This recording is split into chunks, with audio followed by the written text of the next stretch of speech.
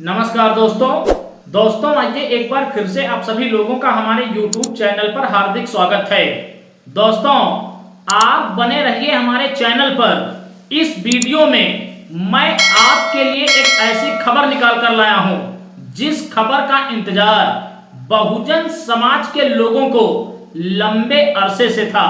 दोस्तों देश के कई राज्यों में विधानसभा के चुनाव होने वाले हैं और उन विधानसभा चुनावों से पहले 2026 में उत्तर प्रदेश के अंदर त्रिस्तरीय पंचायत चुनाव भी होने हैं और इन पंचायत चुनावों से भी पहले बिहार के अंदर विधानसभा के चुनाव होने हैं। दोस्तों जिस तरीके से बीते 2012 के बाद बहुजन समाज पार्टी को चुनाव दर चुनाव हार का सामना करना पड़ा, जिस तरीके से सभी चुनावों में बहुजन समाज पार्टी का ग्राफ गिरता गया, जिस तरह बसपा का चुनावी प्रदर्शन लचर रहा, कहीं ना कहीं इन सब चीजों की वजह से बहुजन समाज पार्टी के समर्थकों का, बसपा के कार्यकर्ताओं का मनोबल भी टूटा। दोस्तों तमाम लोग ये बोलते हैं कि आज का समय सोशल मीडिया का समय है और ये इस समय की सबसे बड़ी वास्तविकता भी है। अगर आप मीडिया पर एक्टिव नहीं रहेंगे तो आपके पॉलिटिकल करियर खतरे में पड़ सकता है। ऐसे में बसपा से तमाम लोगों की ये मांग भी रहती थी कि बसपा भी अपना एक मीडिया पैनल और अपना आईटी सेल गठित करे। कल आकाश आनंद जी ने इन सब बातों पर पूरी तरीके से विराम लगा दिया। उन्होंने कहा कि बसपा के पास आईटी सेल नामक किसी भी प्रकार की कोई संस्था नहीं है। इन सब खबरों से आप सावधान रहिए, ये भ्रामक और असत्य खबरें हैं। उन्होंने कहा कि पार्टी का आधार कैडर है, कैडर के सहारे ही हम आम जनमानस से संपर्क साधेंगे और चुनाव में एक बेहतर प्रदर्शन करेंगे।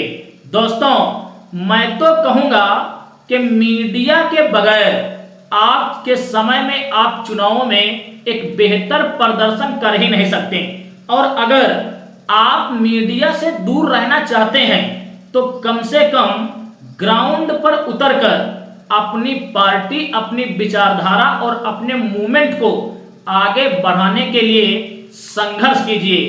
जितना संघर्ष मान्यवर कांशीराम साहब जी ने अपने जीवन काल में किया था, अगर उसका 20% संघर्ष आज बसपा का कोई नेता मैदान में उतरकर कर दे तो मैं दावे के साथ कहता हूं कि 2027 में बहुजन समाज पार्टी सूबे की सत्ता का एक अभिन्न अंग होगा और अगर बसपा का कोई भी नेता कैडर के सहारे जमीन पर नहीं उतरा तो मैं फिर कहूंगा कि आपके हाथों 2027 में निराशा लगेगी। तमाम लोग हमारे इस बयान को गलत कह सकते हैं, लेकिन ये आज के समय की सबसे बड़ी सच्चाई है। दोस्तों सच्चा मित्र, सच्चा हितैषी आपका वही होता है जो आपकी झूठी प्रशंसा ना करके आपकी कमियों को उजागर करे और आपको बताए कि आपके अंदर ये कमी है ताकि आप उसका सुधार कर सकें।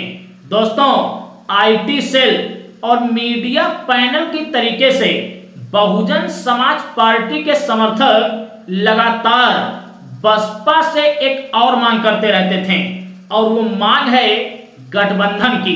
दोस्तों जिस तरीके से आज का समय सोशल मीडिया का है, उसी तरीके से आज की राजनीति भी गठबंधन की राजनीति है, क्योंकि देश के अंदर आज जितनी भी जातियां हैं, हर एक जाति का नेतृत्व करने के लिए एक एक पार्टी गठित कर दी गई है और हमारा देश वर्तमान समय में जाति प्रधान देश है। सभी जाति के लोग अपनी ही जात के नेतृत्व वाली पार्टी के पीछे पीछे घूम रहे हैं। शायद इसी बात का सुनहरा अवसर बीजेपी इस देश के अंदर उठा रही है। हर जाति, हर समाज के नेतृत्व वाली पार्टी से देश के अंदर उसका गठबंधन है और देश के कई हिस्सों में इसी रणनीति के चलते भारतीय जनता पार्टी की सरकार है। दोस्तों, यही एजेंडा कभी बहुजन समाज पार्टी का हुआ करता था। हालांकि उस समय इतनी ज्यादा पार्टियां नहीं थी, लेकिन हर एक जाति का नेतृत्व करने वाला एक बड़ा नेता बसपा के पाले में था और आज बसपा के पास इन सब चीजों का सर्वथा अभाव है। तो मैं कहूंगा कि जब बीजेपी जैसी बड़ी पार्टियां गठबंधन के सहारे देश पर राज कर रही हैं, तो बहुजन समाज पार्टी ऐसा क्यों नहीं करती है। हालांकि बहुजन समाज पार्टी के कार्यकर्ताओं के लिए एक खुशखबरी निकलकर सामने आई है।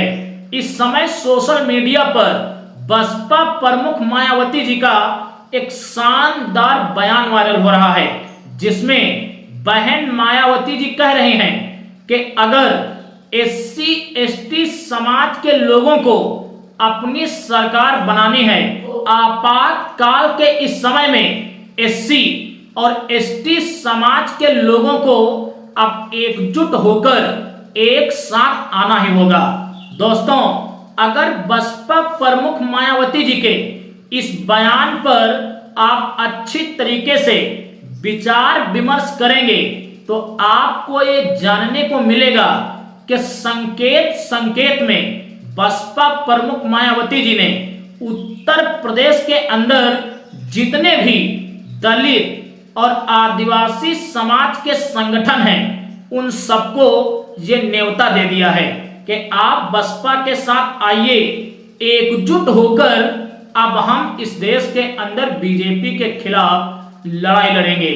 और इसकी एक पहल अभी बसपा प्रमुख मायावती जी ने 4 दिन पहले अपनी प्रेस कॉन्फ्रेंस में भी करी थी। उन्होंने कहा था, अगर जो लोग दलित और आदिवासी समाज के बीच में संगठन बनाकर बीजेपी को हराने की लड़ाई लड़ रहे हैं, अगर इस लड़ाई के पीछे इनका निजी स्वार्थ ना होता, वास्तव में ये मिशन और मूवमेंट के सजग प्रहरी होते, तो ये अलग दल बनाकर नहीं बल्कि बसपा के साथ जुड़कर मूवमेंट को आगे बढ़ाते और मनुवाद को और इस देश को मनुवाद से मुक्त करने का प्रयास करते।